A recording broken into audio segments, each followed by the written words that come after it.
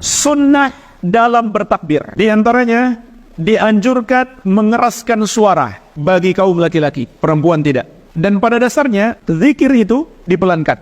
Khusus untuk hari-hari ini dikeraskan. Sebagaimana diriwayatkan Al-Bukhari, wa kana Ibnu Umar wa Abu Hurairah yakhrujani ila suq fi ayyamil ashar yukabbirani wa yukabbiru an-nasu bi takbirihima. Ibnu Umar dan Abu Hurairah keluar menuju pasar di hari-hari 10 pertama bulan Dzulhijjah ini. Mereka berdua bertakbir dan manusia pun bertakbir seperti takbir mereka berdua. Sampai-sampai disebutkan dalam riwayat yang lain, pasar itu seperti bergetar dengan adanya takbir kaum muslimin di 10 hari pertama di bulan Dzulhijjah ini. Sunnah yang lain yang harus diperhatikan dalam bertakbir adalah takbir itu terbagi dua, takbir mutlak dan takbir muqayyad. Ini dalam Idul Adha. Adapun Idul Fitri hanya ada takbir mutlak, tidak ada takbir muqayyad. Apa itu takbir mutlak? Takbir yang dibaca kapan saja tanpa terkait dengan waktu sholat. Kapan saja, di mana saja, di pasar, di rumah, di kendaraan, di masjid, dan lain-lain.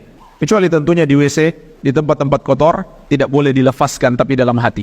Yang kedua, takbir muqayyad, takbir yang terkait dengan waktu sholat, yaitu sholat 5 waktu. Maka dua bentuk takbir ini waktunya beda. Takbir mutlak waktunya adalah tanggal 1 Dzulhijjah sampai 13 Dzulhijjah, sampai terbenam matahari. Adapun takbir muqayyad, takbir yang kita lakukan setelah sholat, waktunya adalah dimulai ba'da subuh hari Arafah, tanggal 9 Dzulhijjah. Terus kita lakukan setiap habis sholat sampai ba'da asar 13 Dzulhijjah. Setiap habis sholat kita bertakbir. Adapun Idul Fitri tidak ada habis sholat. Takbirnya mutlak, kapan dan di mana saja. Tidak ada pengkhususan habis sholat. Dan waktunya pun lebih singkat. Mulainya sejak terbenam matahari terakhir Ramadan sampai mulai sholat Idul Fitri. Jadi itu pembagian waktunya, mutlak dan muqayyad. Begitu pula ini disunahkan bagi selain jamaah haji. Adapun jamaah haji yang disunahkan untuk mereka adalah memperbanyak talbiyah. Jadi bukan memperbanyak takbir, tapi talbiyah. Labbaik Allahumma labbaik, labbaik la syarika laka labbaik, innal hamda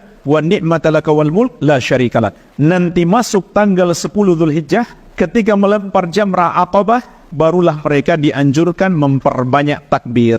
Adapun sebelum itu, mereka memperbanyak talbiyah. Tapi boleh mereka padukan dengan takbir, namun talbiyah lebih banyak. Kata Syekh Ibnu Baz rahimahullah, ketentuan pembagian takbir mutlak dan muqayyad ini berdasarkan ijma' sahabat. Ini disepakati oleh para sahabat radhiyallahu taala anhum ajmain. Kemudian jemaah sekalian, di sini ada beberapa kesalahan yang perlu kita ingatkan. Termasuk mengada-ada dalam agama, tidak dicontohkan oleh Nabi SAW bertakbir secara berjamaah. Misalkan dipimpin oleh seorang, lalu diikuti oleh jamaah, atau dengan membentuk sebuah kor, satu suara. Maka ini tidak dicontohkan oleh Rasulullah SAW.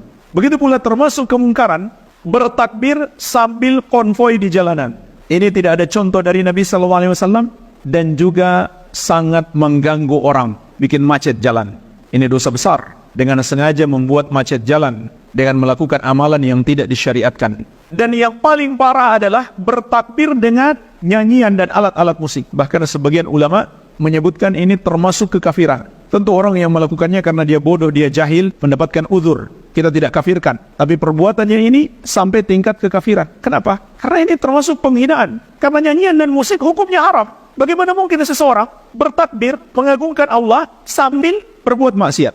Ini termasuk kemungkaran yang besar yang banyak dilakukan hari ini. Kemudian jemaah sekalian, lafaz takbir tidak ada lafaz khusus dari Nabi SAW. Hanya saja diriwayatkan dari sebagian sahabat, diantaranya dari Ibnu Mas'ud radhiyallahu anhu, dikeluarkan oleh Imam Ibnu Abi Syaibah dalam musannafnya, Allahu Akbar, Allahu Akbar, La ilaha illallah, Wallahu Akbar, Allahu Akbar, walillahil hamd. Jadi Allahu Akbarnya 4 kali, 2 sebelum la ilaha illallah, 2 setelah la ilaha illallah. Tapi setelah la ilaha illallah ada tambahan huruf waw, wallahu akbar. Kemudian ditutup dengan walillahil hamd. Kalau ada yang membaca 3 di awal, tidak mengapa insyaallah, karena kata Syekh Ibnu Utsaimin rahimahullah, di sini terdapat keluasan disebabkan tidak ada dalil khusus dari Nabi SAW tentang lafaz takbir. Allah, pelopor bagian sunnah Asia Tenggara.